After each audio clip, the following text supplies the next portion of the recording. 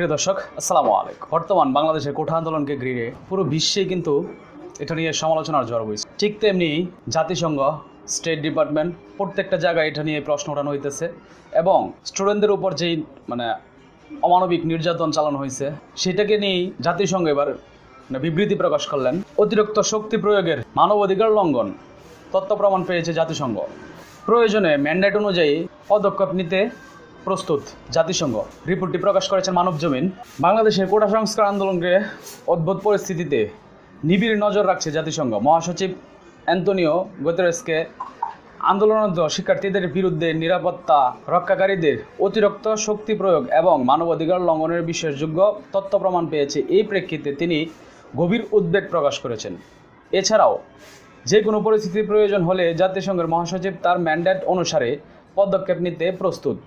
সোমবার মহাসচিবের মুখপাত্র স্টেফেন ডুজারিক ব্রিফিংয়ের এই কথা বলেছেন।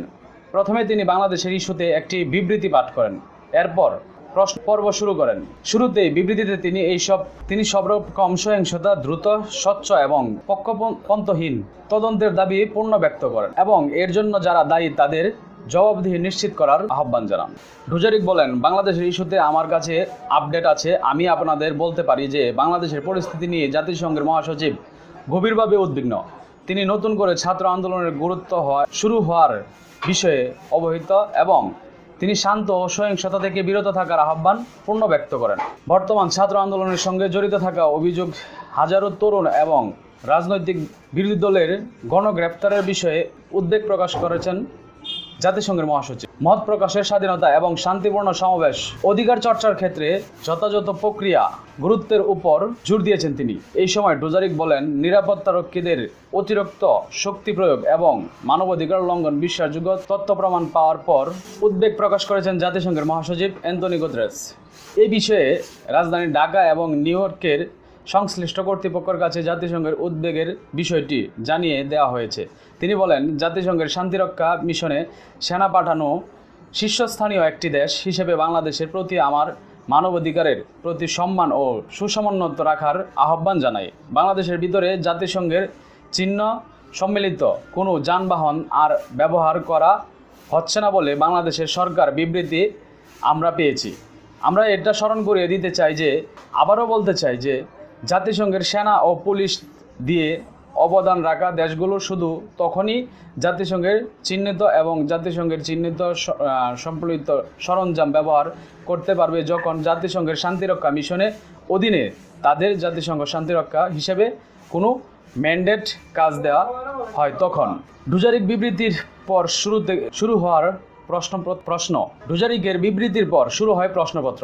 এই পর্যায়ে একজন সাংবাদিক জানতে চান, আপনি একটু আগে যে বিবৃতি দিয়েছেন তার জন্য ধন্যবাদ। বাংলাদেশের ইস্যুতে আমার 3টি প্রশ্ন আছে, তা খুব দ্রুত হবে। বাংলাদেশের তরুণ নিরপরাধ জনগণের বিরুদ্ধে গুলি করে এবং তাদের নিজেদের হেফাজতে নিয়ে জোরপূর্বক বিবৃতি দেওয়ার কূটকৌশল উইসহার্ট চালাচ্ছে আইন প্রয়োগকারী এজেন্সি।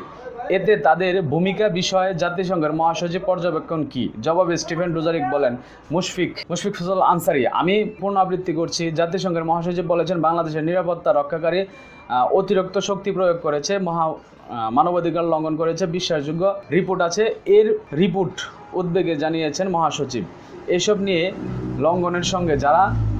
নিয়ম লঙ্ঘনের সঙ্গে যারা জড়িত তাদেরকে জবাবদিহিতার আওতায় আনার আহ্বান জানিয়েছেন তিনি। আপনার দ্বিতীয় প্রশ্নে কি? মুশফিক বলেন, এই একই বাহিনী অন্য দেশগুলোতে থাকা জাতিসংঘের পতাকা এসব লোকদের নিয়ে তিনি জাতিসংঘের মহাসচিব স্বস্তি প্রকাশ করেন।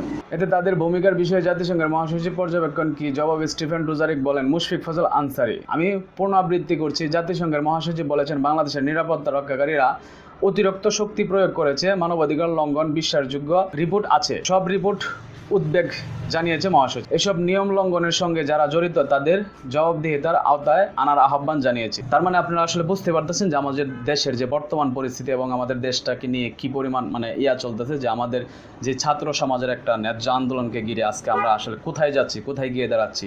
সেই সাথে আমাদের বাংলাদেশের বর্তমান কিন্তু আপনার রেমিটেন্সের উপরে নির্ভরশীল। রেমিটেন্স বা প্রবাসী যারা আছে তাদের রেমিটেন্সের দ্বারাই কিন্তু আমরা রাষ্ট্রটা বেশি পরিচালনা করতেছি। অন্য যে খাতগুলো আছে তার থেকে বেশি গুরুত্বপূর্ণ হচ্ছে আমাদের প্রবাসী রেমিটেন্স। সেই রেমিটেন্সে প্রবাসীরা যে পরিমাণ ক্ষিপ্ত বর্তমান ছাত্র সমাজের উপরে এই মানে হামলার পরে সেটা আসলে আমাদের দেশটা আসলে কোন পর্যায়ে যায় এটাই এখন বর্তমানে ভাবার বিষয় এবং দেখার বিষয়। তো যাই হোক, ভালো থাকবেন সকলেই। আসসালামু আলাইকুম।